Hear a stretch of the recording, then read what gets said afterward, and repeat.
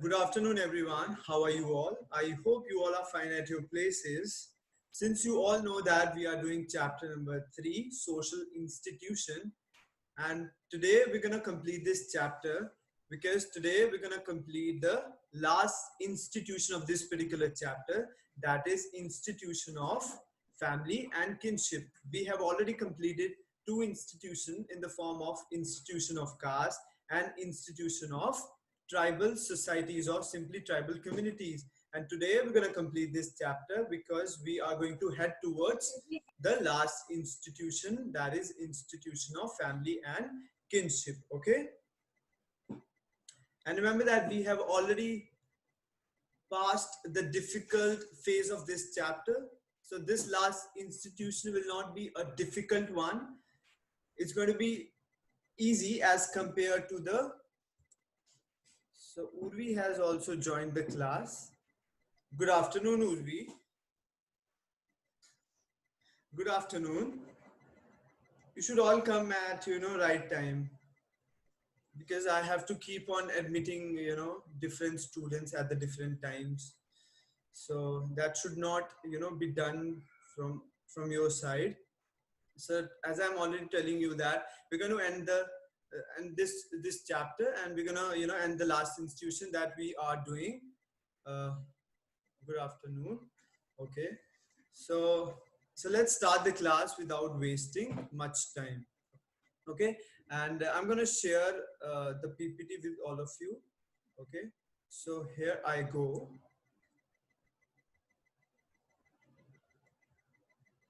So as I'm already telling you that we have passed the difficult phase of this chapter. So this institution, last institution that we are going to do is not going to be much difficult to do. That's the reason I'm telling you that this is going to be the last class of this particular chapter. Today we're going to end this particular chapter. All right. Okay. So let's see how this class turn out to be. Yes. So we were doing chapter number 3. Okay.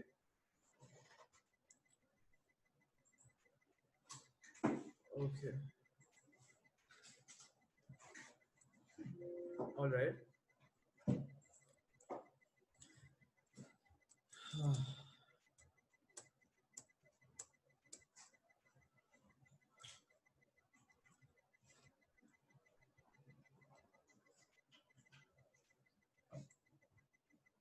Okay.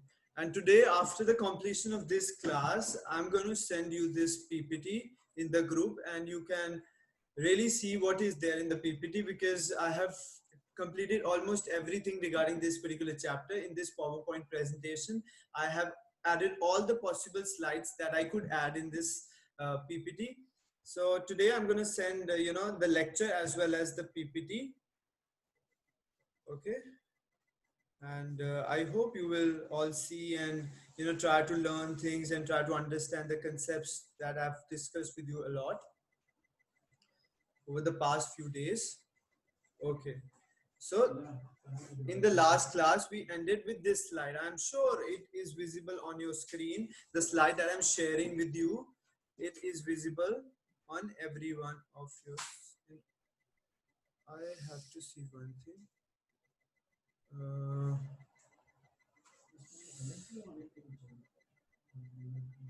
Okay, so in the last class we ended with this slide, and today we're gonna start with this particular slide. Okay, so family and kinship, number 3 or number 3rd institution of this particular chapter. All right, and now what we're gonna do is that we are studying this particular institution, family and kinship. All right, so I'm sure you all are aware of this particular term. It is a group. Look at my cursor. I'm using my cursor along with the lines that I'm reading. A group of people who are related to each other either legally by marriage or biological by blood relation. So when I'm saying someone is related to me legally, then it means that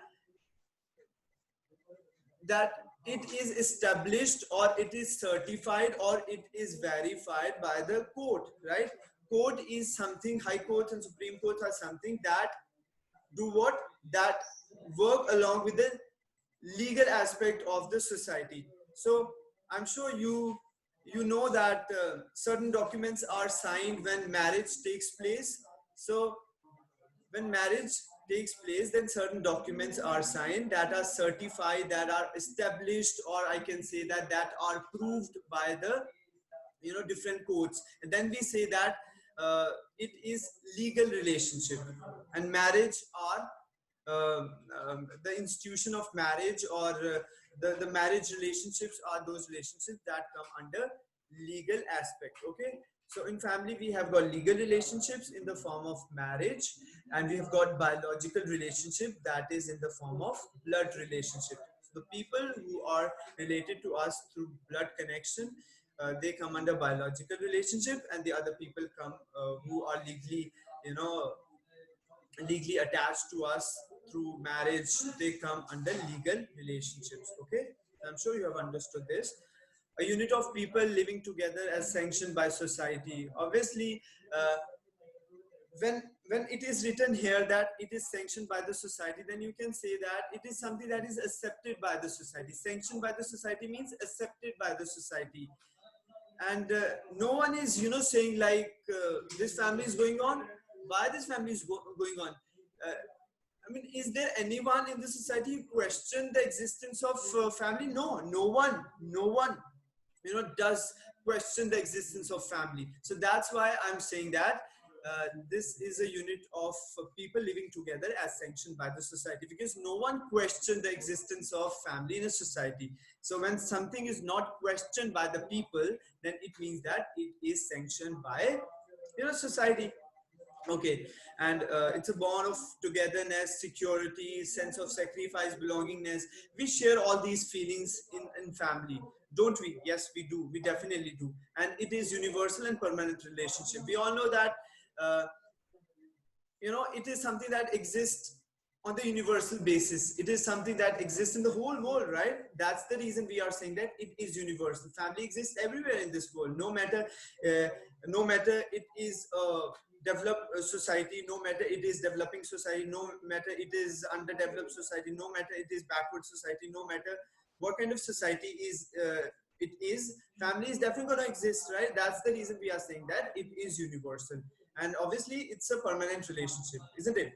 It is. Okay, so that was what family was all about. Legal relationships, blood relationships, then certain feelings that we share is what makes a family. Okay, now we're going to understand kinship. Now what is kinship? Kinship kinship is something that has the relationship that are related to us through blood. So blood relationships, all the blood relationships come under kinship. Our parents come under kinship relationship. Our cousins come under kinship relationship. So all those people with whom we have got a blood relation, all those people, all those individuals come in the kinship system. Okay, a family may have kinship and may have legal relationship, but a kinship always have a blood relationship.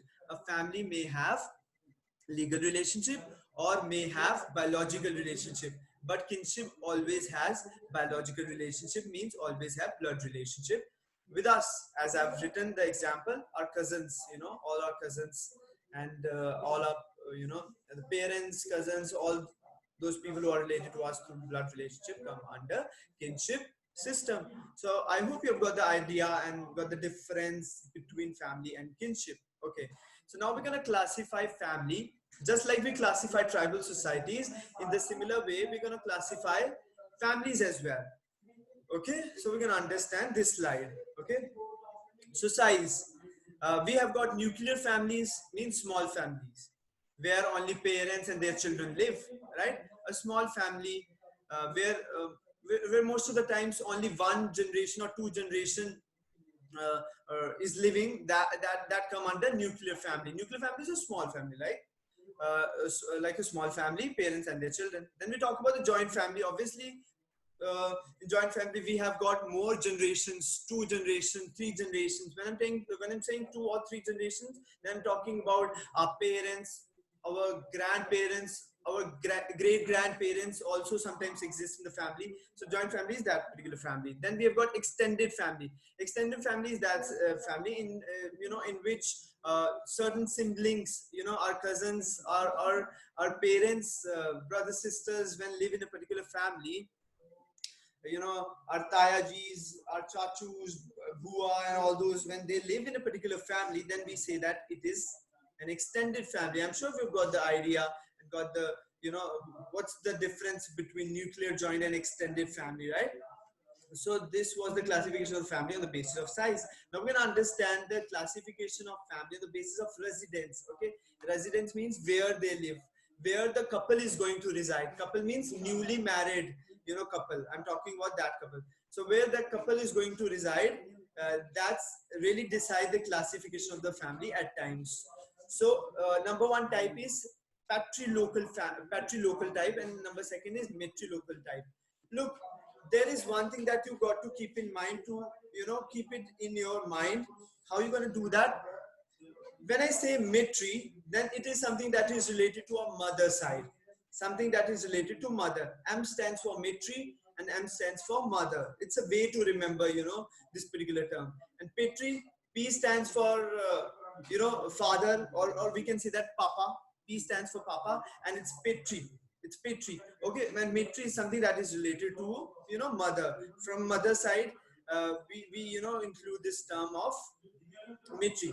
So after marriage, when girl goes to boy's house, or when girl goes to reside, uh, the men's reside, when girl goes to reside with the man's family, then it is what patrilocal is all about. Okay, so it's going to be there in boys side. And matrilocal, when after marriage the couple start residing or start dwelling or living with the girl's house, that's matrilocal. uh, Matrilocal. Who is coming? Okay, so then who is going to come? When we talk about mother side relationship, then it's matrilocal. When we talk about father side relationship, then it's patrilocal, right? So there is another type, that is neolocal. Now what is neolocal? Neolocal is when couple neither stays with uh, man's parents, when couple neither stays with boy women's parent, and when they come to form their own house, then it is what neolocal is all about. So patrilocal means after marriage girl goes to boy's house, matrilocal after marriage boy goes to girl's house, and neolocal when couple sets up their own house. That's what neolocal is all about. So this was the second classification, after size, after residence.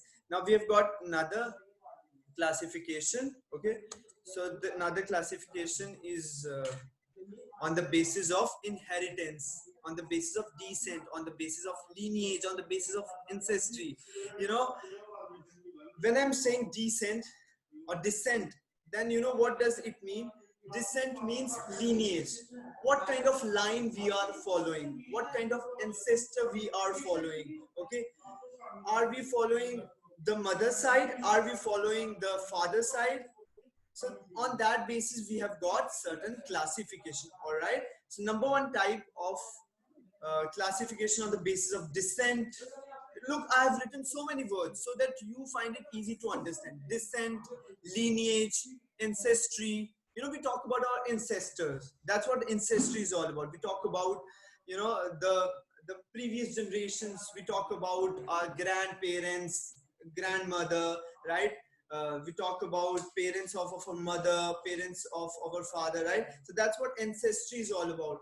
Lineage means a kind of line, what kind of line we are following. That is what lineage is all about. And descent is also the same thing, and inheritance is also the same thing. What we are inheriting, from which side we are inheriting. Are we inheriting the property, or we are inheriting the surname, from mother side or from the father side? We try to understand that thing.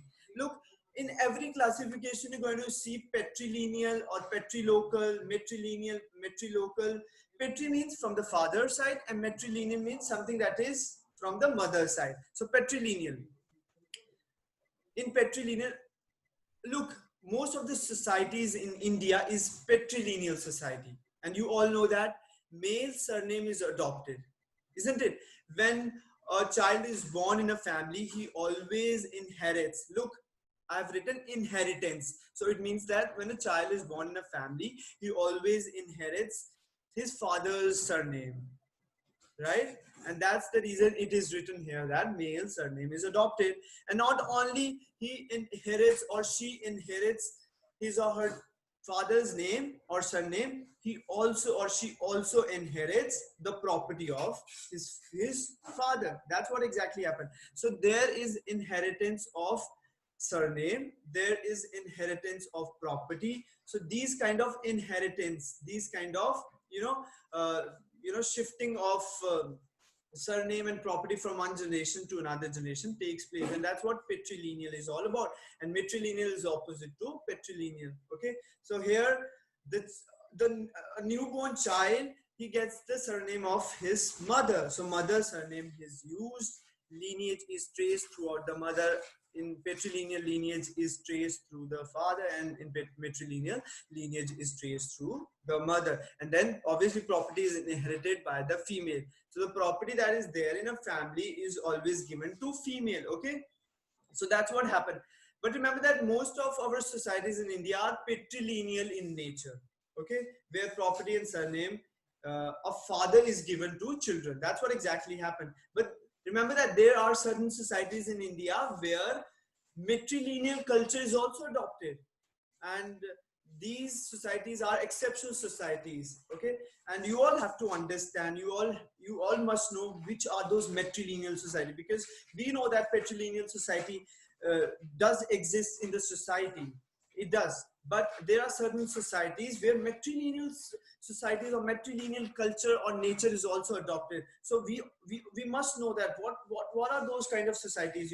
We always wonder, we always have curiosity in our mind to know which are those societies that really follow matrilineal society. We're gonna I'm gonna teach you this thing further in the slides. Okay, and then there is bilinear. Also bilinear classification is also there, in which we say that property is shared, right? Neither the entire whole property is given to male, neither whole or entire property is given to female. It is shared. Shared. How it is shared? Now look, there are two kind of properties: movable property and immovable property. Movable property means jewelry and money. So jewelry and money is often given to female in bilinear societies, and the land, house, the properties that are immovable, that cannot be moved, right? That goes to the boy. Okay, and then we're going to talk about this slide. Okay, this is the last classification.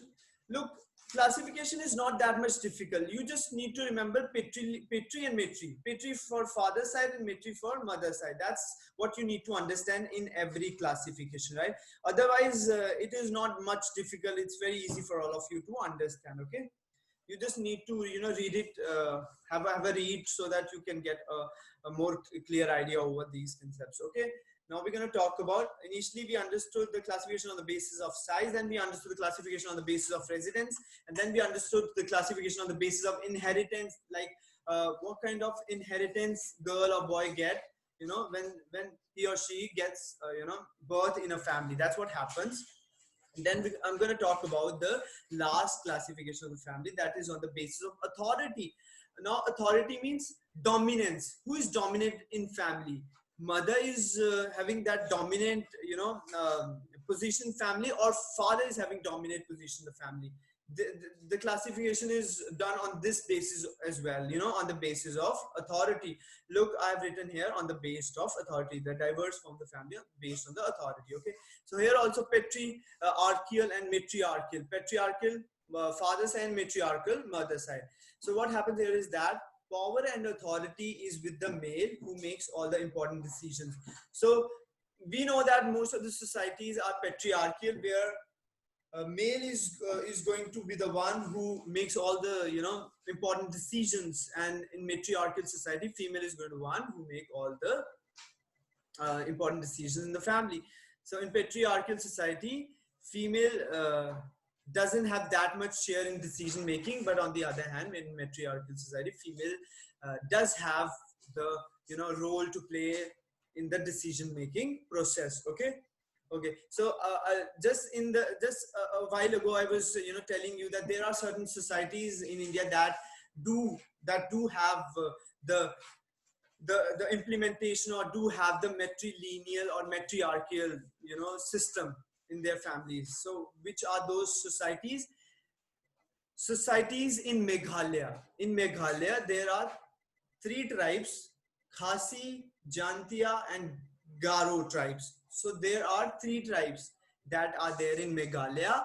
It may come in the exams that which are those societies that follow matrilineal or matriarchal society. It may come in the exams because it is something that is exceptional. So exceptional things are always most likely to come in the exam. So they may ask you in the exam that which are those societies. It may come in 1 marks or 2 marks question that which are those societies that follow a matrilineal or matriarchal form of society, okay, or matrilineal or matriarchal form of family where these kind of things exist. So it may come in the exam. So there are two states where matriarchal or matrilineal form of society exists. In Meghalaya, we have got three tribes in which matrilineal or matriarchal kind of families exist. And in Kerala, we have got a caste, Nair caste. Some people call it Nairs or some people call it Nair. So Nair caste is that caste in Kerala in which this kind of form of family exists. Okay, I'm sure you've got the idea regarding this slide as well. So this is okay. So this is the last slide of this particular chapter, especially of this particular institution. And with this slide, we're gonna end this chapter. All right. As I already told you that we have passed the difficult phase of this chapter, and now it's not going to be much difficult for us to understand this chapter. So this is the last slide that I'm going to make you understand today, and with that we're going to end this particular chapter. Okay, now changes in family structure due to the changes in social structure. So remember that changes do come in the family structure due to the changes that come in the social structure. Look, social structure is something that really influences the family. Social structure is something that really affects our society. It is something that really affects our society in a positive or sometimes in negative way.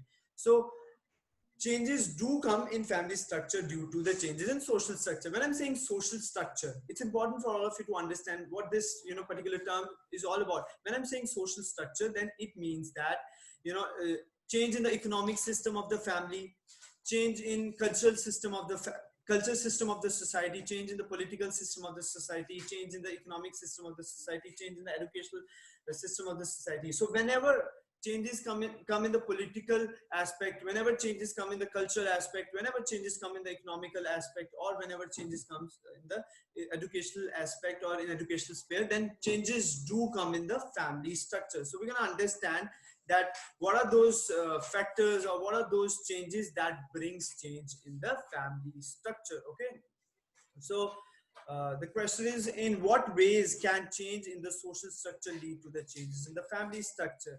So we have got number one, or the first point, in the form of changes in the political, cultural, economic, and educational sphere are linked to the changes in family structure.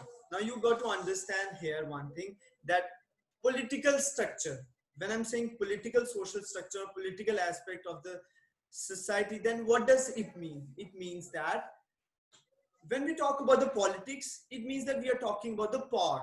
We are talking about the authority. As I've already told you in the previous slide that when we talk about the matriarchal society, then power and authority is there in the hand of females. And when we talk about the patriarchal society, then power and authority is in the form of, or is in the hands of your male. And matriarchal society, power and authority is in the hands of female. So that also gives rise to the changes in the family. Okay, and what happens when male is not at home, when male has actually come out of his home, or has actually left his home due to have certain work outside his house or outside his state. There are many people in Uttarakhand, there are many people in UP, Bihar, who go out of their houses to look for the work, and to they actually work in the outside state. So what happens in those families? Power comes in the hands of female. So when power comes in the hands of female, then that's what political aspect is all about. Then what happens? There is a change in the family. There is a change in the family. A family suddenly becomes from patriarchal family to matriarchal family. I hope you are understanding what I'm trying to tell you. Then culture of the society also matters a lot. I told you that in Kerala, in Kerala, when especially I talk about the Nair caste, there the culture is something like that, where power, or where the property is in the hands of females. So their culture really influencing a lot the changes in the family. Okay. And then when we talk about the economic system, economic system also plays a great role in the changes in the family. When everyone is earning in the family, then everyone has equal share in terms of power. But if a male is earning and female is not earning, then what happens here is that power is often shared. So that is what economic aspect is all about. Educational sphere also brings a lot of changes in the family, because if the family is well educated, then they are very much aware of the equality in the family, in terms of powers, in terms of everything. Then they always advocate, then they always put forth their views in the favor of both the genders, right? Female and male both get equal attention, both get equal status. So all these factors do bring a lot of change in the family. I'm sure you are understanding what I'm trying to tell you. Then I've already talked about the second point with you. Migration of men can lead to women headed family. Obviously, when male is not there in the family, he has gone out of his family, then who's going to head family? Obviously, women is going to head family, or female is going to head family. So that also brings change in the family. It becomes from patrilineal to matrilineal. So that's how things things get changes. Okay. uh, then I'm going to talk about the number third point: composition of family change from joint to nuclear family. As you all know that nowadays both men and women are working. So as both men and women are working, so what happens here is that they don't have enough time to serve joint families. They are trying to go out of their joint families and establishing their own houses and living in the metropolitan cities and living in different parts of the country, and they are not trying to indulge themselves in the joint family. That's how changes are coming in the form of shift that is actually occurring or happening in the society, from joint family to nuclear family. So it's already happening. Nowadays we have got the indication. I'm just left with 10 minutes. Okay, we're gonna easily complete it in this particular time. Okay, so we have often we've often seen that nowadays family family structure is changing. It is mostly joint families that are prevailing, that are existing in the family. Earlier they used to be joint families, but now the situation is changing. So this is the change that is coming because of the change in culture. Remember that political, cultural, economic, educational, all these spheres are definitely going to affect, is definitely going to bring change in the family in one way or the another. Now I'm going to talk about the fourth point: work schedule of young parents may lead to increasing number of grandparents moving in as caretakers to grandchildren. So what is happening? As I've already told you that both men and women are working. So what happens? There is no one who is going to take care of the young kids or young children. So what is happening? Grandparents are coming in the families and they are catering, or they are giving the requirement needs that their children actually need. So grandparents are nowadays also playing their role in the family to give care to the grandchildren, because there is no one there in the family who is supposed to care or give care to the children. So that's what exactly happening.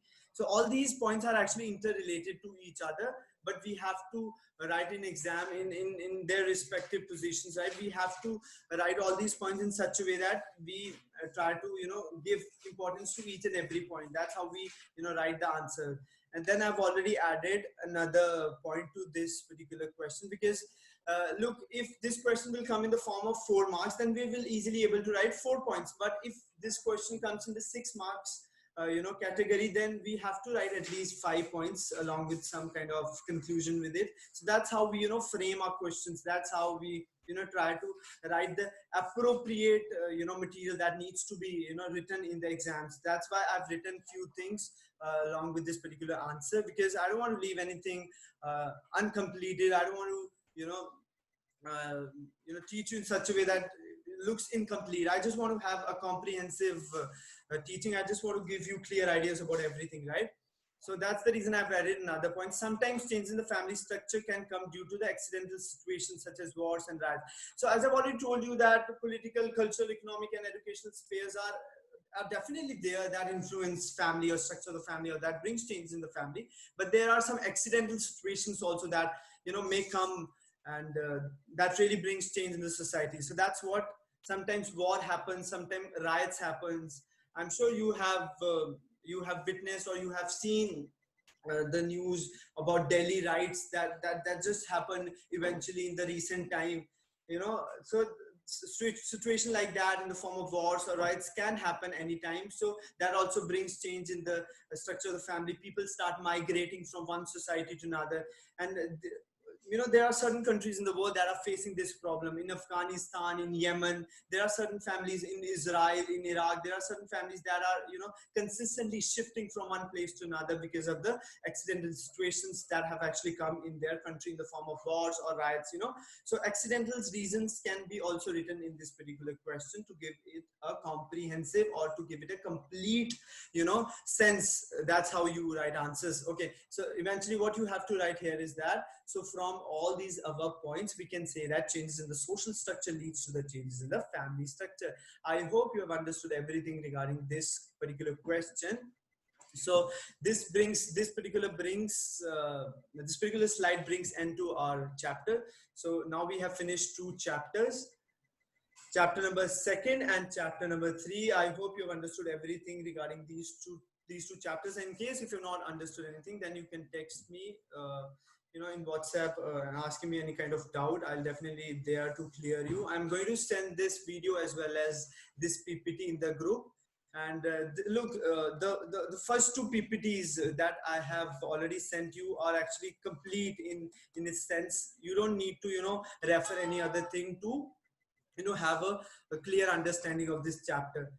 So I'm going to send this PPT, don't worry.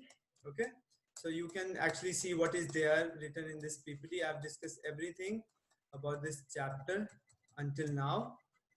Okay, so kindly text me if you have any doubt, and if you have understood this chapter, then also text me. I really want to take your feedback. That's very important. Then only I will able to proceed further into the chapters, right? Into the subsequent chapters in the following chapters that we're gonna do. So kindly text me.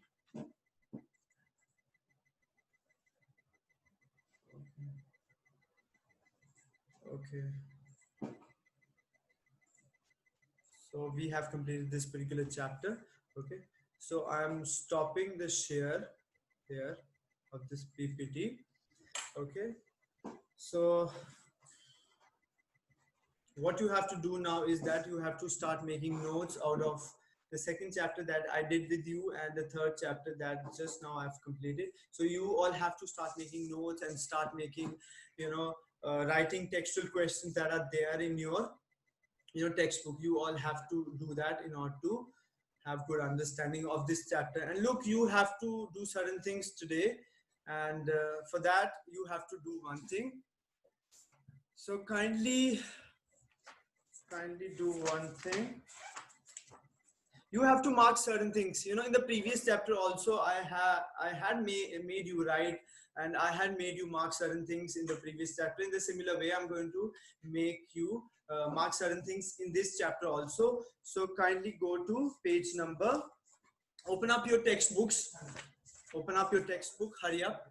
We are just left with 3 minutes for this session. So kindly open up your textbook.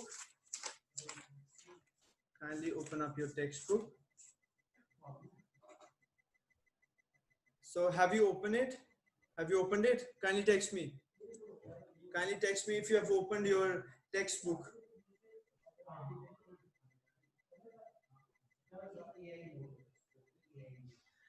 Why you people are not responding me? Where are you people?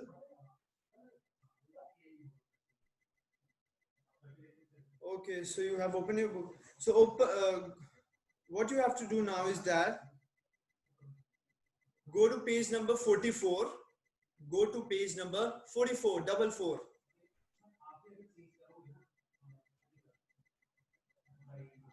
Open your books to page number 44.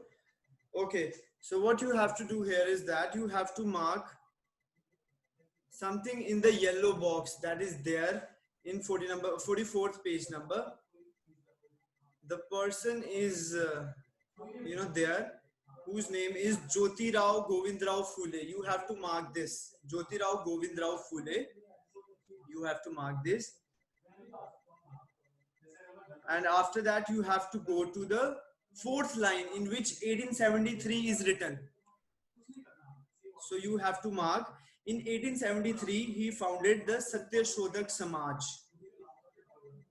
And the English version of Satya Shodhak Samaj is Truth Seeker Society. So you have to mark this, okay? You have to mark that Jyoti Rao Govind Rao Phule. In 1873, he founded Satya Shodhak Samaj. So you have to, keep in mind that Satya Shodhak Samaj was founded by Jyoti Rao Govind Rao Phule. Then after that, you have to go to page number 47. Go to page number 47. Hurry up, we are just left with 1 minute. So open page number 47, in which you have to mark Sri Narayan Guru. That's there in the yellow box. Sri Narayan Guru, you have to mark the last 3 lines that he gave the watchwords: one caste, one religion, one God for all men. You have to mark this as well. Okay, on page number 47. Then you have to go on page number 49. Hurry up, we are just left with less than 1 minute. You have to go to page number 49, where you have to mark that Srinivas, Mysore Narsimhachar Srinivas, he gave the 2 terms, Sanskritization and dominant caste. We have discussed dominant caste in this chapter. So you got to remember that, who has given the concept of dominant caste and Sanskritization. So M.N. Srinivas gave the concept of Sanskritization and dominant caste, okay? And his book was The Remembered Village. This is the 3rd thing that you have to mark. We are just left with less than 1 minute, I guess. And then you have to mark, okay. Then you have to go to page number 58. Hurry up, go fast, page number 58. And on page number